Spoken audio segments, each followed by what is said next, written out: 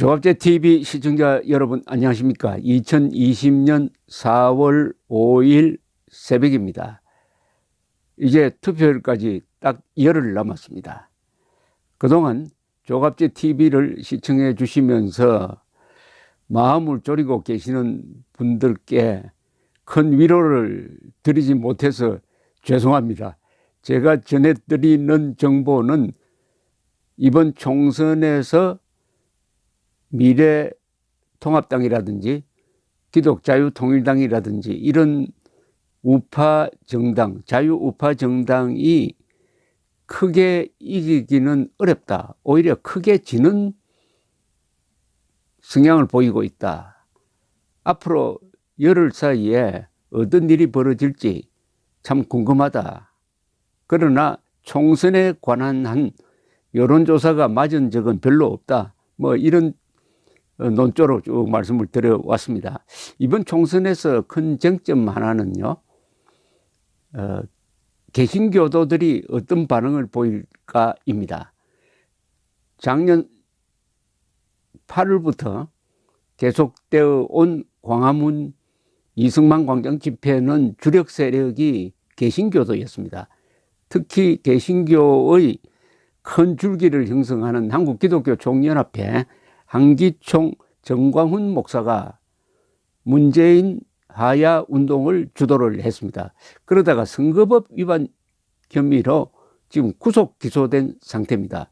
그런데 이분이 시무하고 있는 성북구에 있는 사랑제일교회가 지금 박원순 문재인 정권의 표적이 되고 있습니다. 지금 다른 교회에 대해서는 예배를 중단해 주었으면 좋겠다는 권고를 하고 있는데 사랑제일교회를 딱 집어서 서울시는 아예 예배 중단 행정명령을 내렸습니다. 중단 명령을 내렸어요. 이 코로나 전염병 확산의 우려가 있다. 또 여기를 현장 점검했더니 지침을 지키지 않는다. 이렇게 해서 딱 한 교회만 예배 금지령을 내리니까 계속 반발하면서 사랑제일교회는 지난주에도 예배를 보고 오늘 또 예배를 보겠다고 선언을 했습니다. 더구나 어제 문재인 대통령이 이 소셜 미디어를 통해서 메시지를 내면서 종교의 예배 활동을 중단해 줬으면 좋겠다 하는 글을 발표를 했는데도 사랑제일교회는 이것은 종교 탄압이다. 우리는 방역 철저히 하고 있다. 왜 우리 교회만 이렇게 하느냐. 이것은 정광훈 목사에 대한 무리한 구속 기소와 함께 명백한 종교 탄압이다 해서 오늘 또 교회는 예배를 본다고 합니다. 지난 3일 서울시는 금지 명령을 어겼다고 해가지고 고발을 했습니다. 이번에 또 고발을 할지. 어쨌든 정광훈 목사 대 문재인 정권의 대치 관계가 이어지는 가운데서 이 정광훈 목사와 개신교 세력이 만든 기독자유통일당이 어떤 성과를 거둘지, 이런 대치 속에서 어떤 행보를 할지도 궁금합니다. 이번에 기독교 세력이 원내 정당을 만드느냐, 의석수가 있는 정당을 만드느냐가 이번 선거의 큰 쟁점 중에 하나입니다. 우선 문재인 대통령이 이례적으로 어제 소셜 미디어를 통해서 발표한 내용을 한번 살펴보겠습니다. 확진자 수가 10,000명을 넘어선 가운데 1일 신규 확진자 100명 이하 발생이 3일째 이어졌습니다. 3월 중순부터 시작해서 신규 확진자 수가 100명 밑으로 떨어졌다가 다시 늘고 또다시 떨어지기를 5번째 되풀이하고 있습니다. 이번에는 이대로 계속 떨어져서 코로나19 사태가 안정되기를 간절히 바랍니다. 1일 신규 확진자 수가 떨어졌다가 다시 올라가기를 되풀이한 이유는 그때마다 집단 감염이 있었기 때문입니다. 집단 감염을 기필코 막아야 합니다. 같은 일이 거듭된다면 의료진뿐 아니라 나라 전체가 지치고 말 것입니다. 종교 집회는 집단 감염의 요인 중 하나입니다. 그런 면에서 조계종이 4월 19일까지 모든 법회를 중단하고 천주교, 서울대 교구 등 전국 각 교구가 미사를 무기한 연기하고 개신교의 다수가 부활절 예배를 온라인 예배로 하기로 한 것에 대해 깊이 감사드립니다. 내일 다시 일요일입니다. 여전히 예배를 강행하는 일부 교회가 있을지는 모르겠습니다. 예배는 신앙의 핵심이라고 할 만큼 중요하다는 것을 잘 알고 있습니다. 그러나 코로나19가 안정기로 들어서느냐 다시 확산하느냐 중대한 고비인 지금 이 시기만큼은 온라인 예배나 가정 예배 등의 방법으로 사회적 거리두기에 동참해 줄 것을 간곡히 당부드립니다. 지금 신규 확진자 가운데 해외 유입 비율도 상당히 높습니다. 해외 입국자 중 90% 이상이 우리 국민이기 때문에 해외 감염이 들어오는 것 자체를 막을 수는 없습니다. 그래서 정부는 해외 감염자를 원천 격리하여 2차, 3차 지역 감염을 막을 수 있도록 입국 관리를 더욱 강화하고 있습니다. 지자체 및 입국자 본인들의 협력이 매우 중요합니다. 서울시 등 앞장서 주신 지자체에 감사를 전합니다. 이렇게 했지만은 예배를 보겠다. 그 대신에 철저하게 방역 지침을 준수하겠다. 이렇게 나옵니다.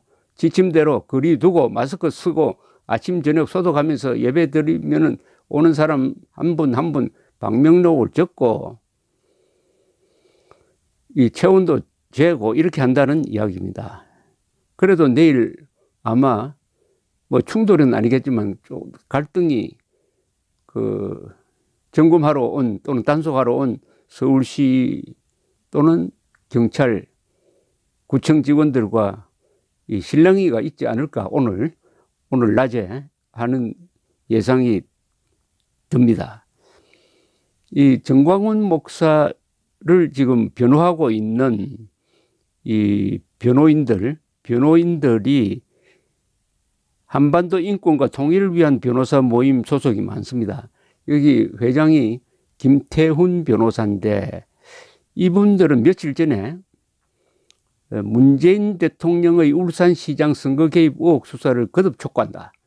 정광훈 목사에 대한 공직선거법 위반 혐의 사건 구속 기소에 점하여 라는 성명도 발표했습니다. 즉 정광훈 목사에 대한 무리한 선거법 위반 수사가 더구나 이분이 여러 가지 지금 병을 앓고 있고 목 수술을 3차례나 했고 충격이 있을 경우에는 급사할 위험도 있는데 이런 사람을 지금 구속 수사를 하고 있는 데 대해서 분노를 표시하면서 똑같은 선거법 위반으로 그러면 훨씬 더 중대한 울산시장 선거 불법 개입 혐의가 있는 문재인 대통령에 대한 수사도 같이 하자. 이렇게 성명서를 냈습니다. 이래저래 정광훈 대 문재인의 대치 구도가 계속 이어지고 있습니다. 여기에 대해서 이제 개신교도들이 어떻게 반응하느냐.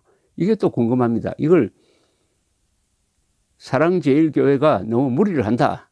이렇게 보는 사람도 있는 것 같고 반대로 사랑제일교회에 대한 이 정권의 압박이 이것은 비상식적이고 이것은 보복이다. 문재인 하야를 주도해온 사람에 대한 그 교회에 대한 보복이다. 이것은 개신교도 전체가 일어나서 대응해야 된다는 여론도 있습니다. 어느 쪽으로 기울어질지 예단하기는 어렵습니다. 이 김태훈 변호사 등이 성명서를 낸 요거를 조금 제가 소개를 해드리겠습니다. 서울 이렇게 시작되네요. 이 성명서는 서울중앙지검 공공수사 2부는 정광훈 목사를 공직선거법 위반 등의 혐의로 구속 기소했다. 그런데 문재인 대통령의 공직선거법 위반 혐의에 대해서는 아직도 수사가 진행되지 않고 있다. 한편은 지난 2월 20일 문재인 대통령이 송철호 울산시장의 당선을 위해 청와대를 조직적으로 개입시켜 선거의 공정성을 무너뜨린 혐의로 문 대통령을 고발하였고 현재 정광훈 목사와 같은 서울중앙지검 공공수사 2부가 이 사건을 맡고 있다. 이 사건에 연루된 청와대의 주요 범죄 혐의자를 들 13명은 이미 지난 1월 30일 불구속 기소되었고 임종석 전 청와대 비서실장도 검찰 조사를 마친 상황이어서 이 사건의 전말은 밝혀진 상태이다. 이제 울산시장 선거 개입 사건의 가장 핵심적인 인물로 의심받고 있는 문재인 대통령에 대한 수사만이 남아있다. 검찰은 문재인 대통령에 대한 수사를 통하여 왜 청와대가 그토록 조직적이고 대대적으로 그리고 비밀리에 송철호의 울산시장 당선을 위해 개입하였는지, 문 대통령 평생 소원이었던 송철호의 당선이 어떠한 과정과 누구의 지시에 의해서 이루어졌는지 국민들 앞에 분명히 밝혀야 한다.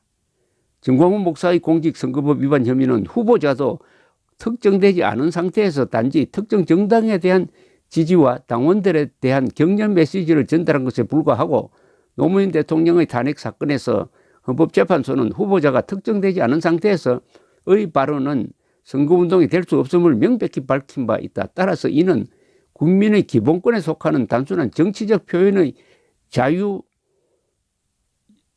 행사이었음에도 불구하고 검찰은 무리하게 법원으로부터 구속영장을 발부받아 정광훈을 구속 기소하였다.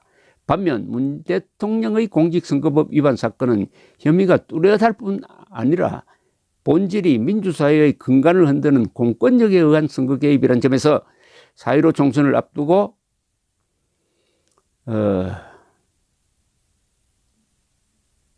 반드시 수사를 해야 된다는 취지입니다.